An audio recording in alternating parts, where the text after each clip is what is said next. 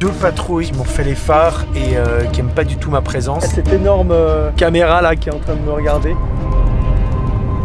You think it's the best place for see UFO? But I think this is one of the better places to view, strange things in the sky. Enfin, la voici.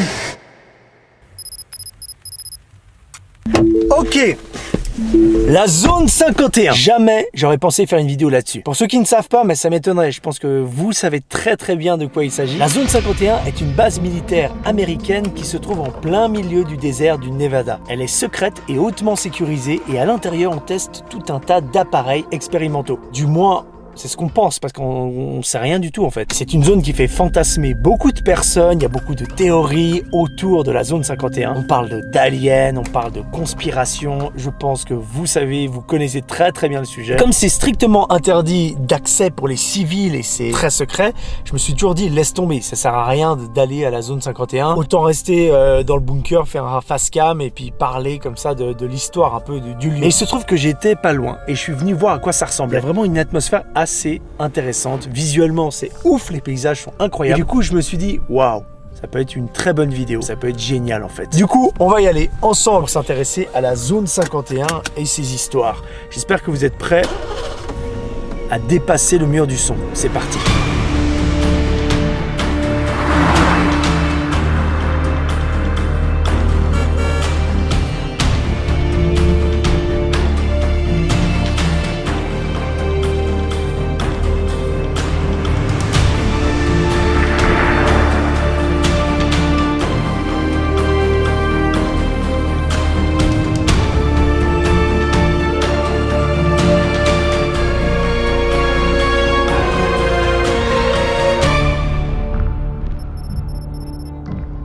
Sur le bord de la route, il y a cet énorme hangar. On est au centre de recherche Alien. Alors le nom, t'as l'impression que c'est vraiment en plus, c'est assez cool, tu vois, l'environnement avec les décors, les normes aliens. Mais en fait, c'est simplement un magasin qui regroupe plein d'articles par rapport aux aliens et tout le folklore de la région.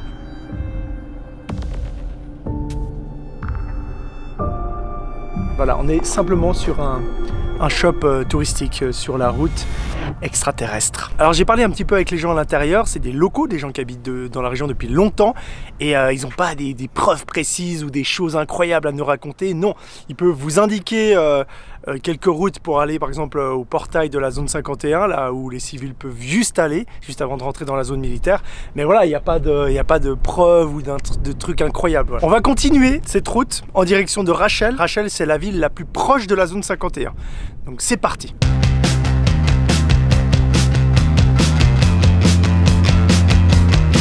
Cette route extraterrestre s'étend sur 158 km entre Crystal Spring et Warm Spring. Elle traverse en grande partie un désert inhabité et surtout, elle longe la zone militaire. Elle s'appelle officiellement l'autoroute extraterrestre, c'est l'Office du tourisme du Nevada qui a officialisé en 1996 le surnom qu'elle avait déjà. Parce qu'il y a pas mal de voyageurs qui sont venus ici et qui ont dit avoir observé des ovnis. Une des routes les moins utilisées du Nevada. Il y a très peu de personnes qui viennent ici. Ah là, je me suis arrêté sur le bas-côté pour pouvoir observer la zone. Donc là, je me trouve actuellement dans l'endroit où il y a le plus d'observations d'ovnis des États-Unis. Donc c'est dans cette zone-là, tout autour de moi. Et la zone 51 se trouve là-bas, juste en face.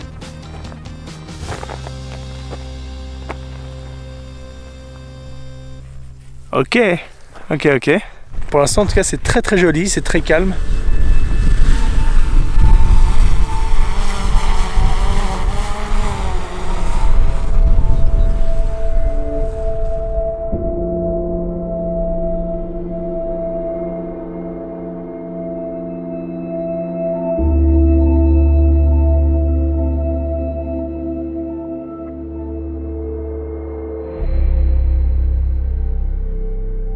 J'ai pas vu encore de petits aliens, mais par contre j'ai vu 2 coyotes. Donc je suis hyper content. Allez, on continue. Bon, parlons un peu de cette zone 51. D'abord, il y a cette plus grande zone de 12 000 km², le Nellis Air Force Range. C'est un territoire qui est contrôlé par l'USAF, la force aérienne des États-Unis. La grande zone a notamment connu des essais nucléaires. Et notre zone 51 est juste ici. Alors, elle a l'air toute petite comme ça, mais c'est quand même 155 km². La zone a aussi beaucoup de surnoms, genre Dreamland, Neverland, Paradise Range, The Box et plein d'autres trucs encore. Moi, c'est dans la série X-Files que j'ai découvert cet endroit.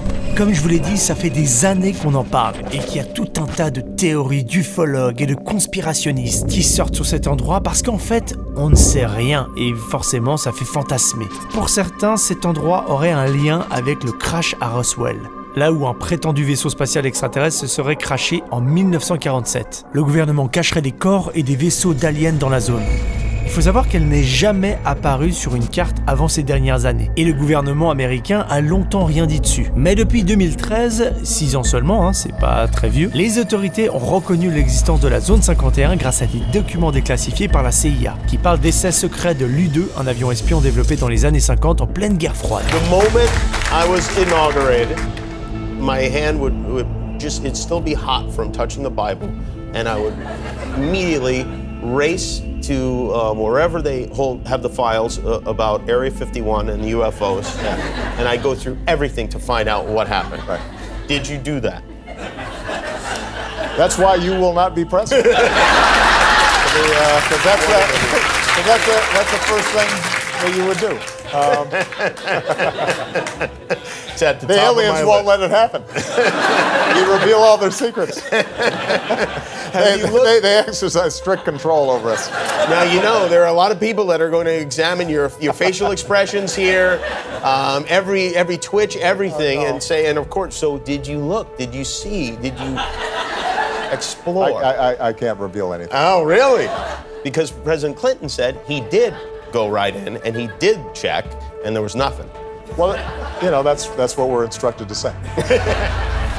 Ce lieu a été encore plus popularisé à cause d'une histoire qui est apparue en 1989. Un certain Robert Scott Lazar, aussi appelé Bob Lazar, a affirmé avoir travaillé au secteur 4, un lieu proche de la zone 51. Dans une interview pour la télé à Las Vegas, il explique qu'il a bossé sur des engins extraterrestres récupérés par l'armée américaine après la Deuxième Guerre mondiale. Mais malheureusement, ces révélations ont été mises en doute après des recherches par des médias qui n'ont rien trouvé de son cursus professionnel. De son côté, il a dit que c'était le gouvernement qui avait effacé les preuves. Ce n'est pas le seul scientifique à avoir raconté ce genre d'histoire, mais le problème, souvent, ces récits sont toujours très bancals. Là, on arrive sur une place mythique rattachée à toutes ces histoires d'aliens, la Black Mailbox. La Black Mailbox est devenue un lieu de référence pour observer les ovnis. Et tout un mythe s'est créé autour de la boîte aux lettres, seule au bord de la route. Le problème, c'est que cette boîte aux lettres appartient vraiment à quelqu'un, à Steve Medlin, qui a un ranch juste à côté. Sa boîte a souvent été vandalisée par des gens qui voulaient soit vérifier son courrier, soit écrire aux extraterrestres. Et aujourd'hui, en 2019, il ne reste plus grand-chose des boîtes aux lettres. Ce lieu est devenu super mythique pour ça. Il y a des gens qui sont venus plusieurs jours camper ici pour avoir peut-être la chance d'observer ces objets non identifiés. Ces objets volants non identifiés, putain. Bon, vous me connaissez, mes amis terriens, et je crois que c'est bien beau de raconter des histoires, mais surtout, il est grand temps d'aller voir à quoi ressemble la zone 51 de près. On va s'en approcher en empruntant une route qui va droit sur la zone.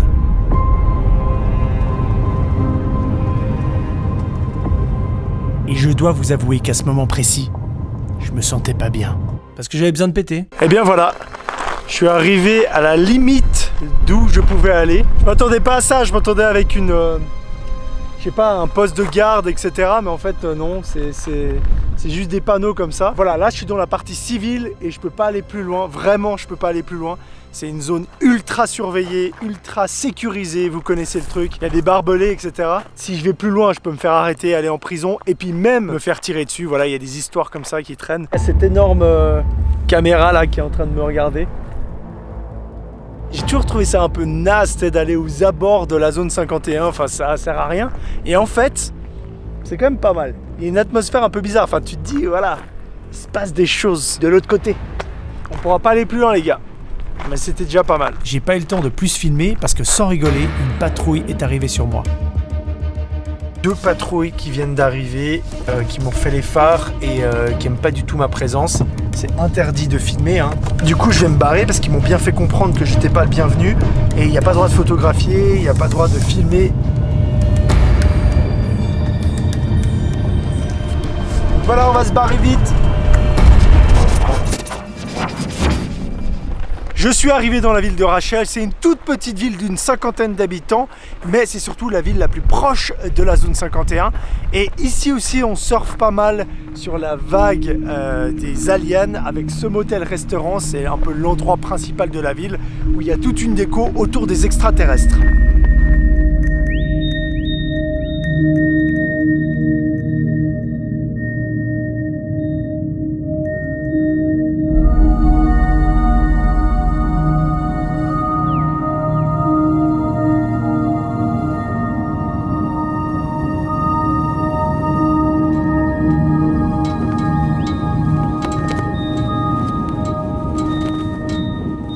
Petite anecdote assez sympa sur Rachel, il y a eu une avant-première du film Independence Day avec Will Smith. Ils l'ont faite ici avec des producteurs et certains acteurs du film pour le lancement du film. Étant donné que dans le film il parle de la zone 51, le cadre était donc parfait. Et en plus de ça, ils ont emprisonné une capsule temporelle qu'ils ont enfermée à l'intérieur de ce monument qui peut ouvrir en 2050. Voilà, encore une anecdote pour cultiver le mythe de l'extraterrestre.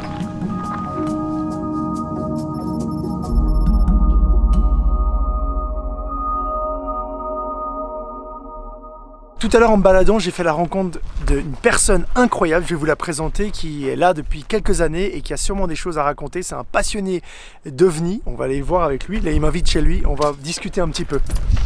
C'est complètement improbable. J'ai rencontré Laster, ça fait 25 ans qu'il vient ici, lui, pour observer le ciel. Et je pense qu'il a des choses à nous raconter, à nous expliquer. My first year coming out here, that year I seen a fireball coming in the sky. It came in and then slowed down and then stopped. And then there was a silver sphere that came around it.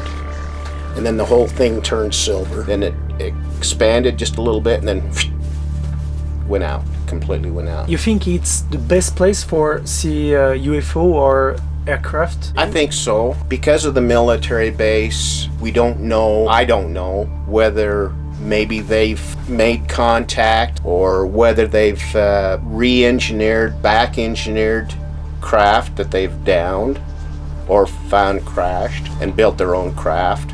I don't know. But I think this is one of the better places to view strange things in the sky. One of the reasons I still like to come here is because people that come here from different countries, they believe the same as I do, that we're not alone in this world, and so they come out here because there's other people that's maybe seen something, and we can just sit and have a beer and talk. And you believe at the... Oh yeah,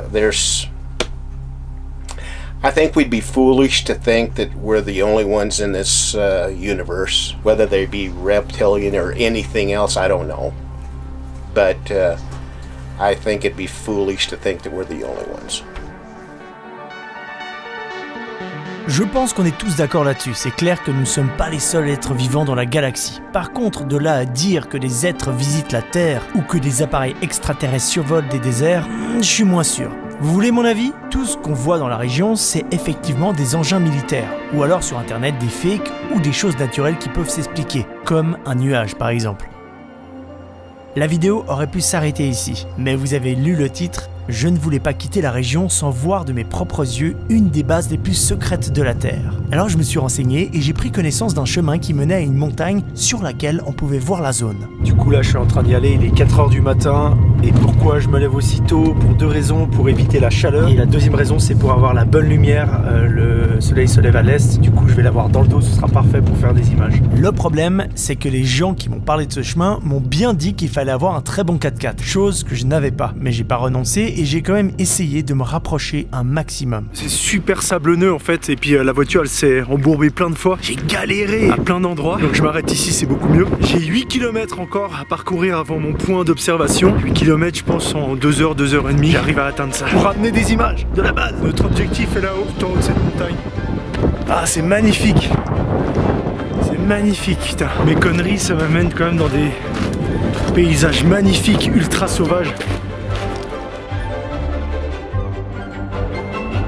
Tout à l'heure je marchais, j'ai trébuché, j'ai failli me péter la gueule.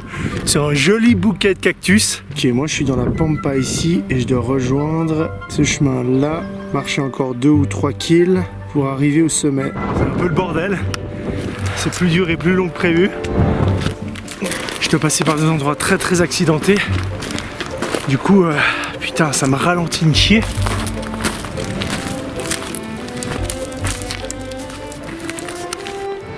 Donc ça c'est la route, c'est là d'où je viens.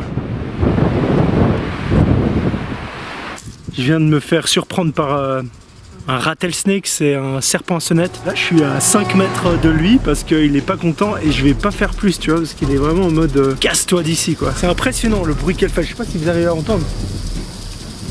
Magnifique. Oh my god! Oh mon Dieu, c'est un serpent à sonnette. C'est un magnifique prédateur. C'est une rencontre incroyable. Je lui ai fait peur en débarquant dans son espace. Il me le fait bien comprendre en faisant vibrer le bout de sa queue.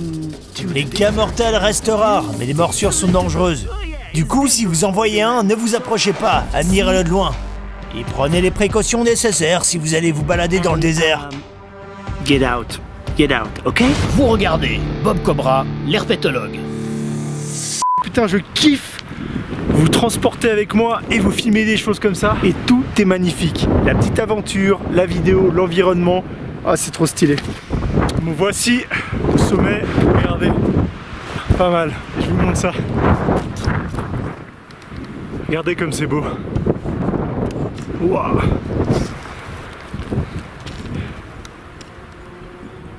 On est à 2400 mètres. Je sais pas si vous m'entendez bien avec le vent. Et ce qui nous intéresse est juste devant moi, à la base. Enfin, la voici. La base la plus secrète des États-Unis. À vol d'oiseau, on est à environ à 10 km. On voit plusieurs bâtiments, il y a des hangars, une sorte de tour, plusieurs pistes d'atterrissage. Putain, c'est quand même pas mal.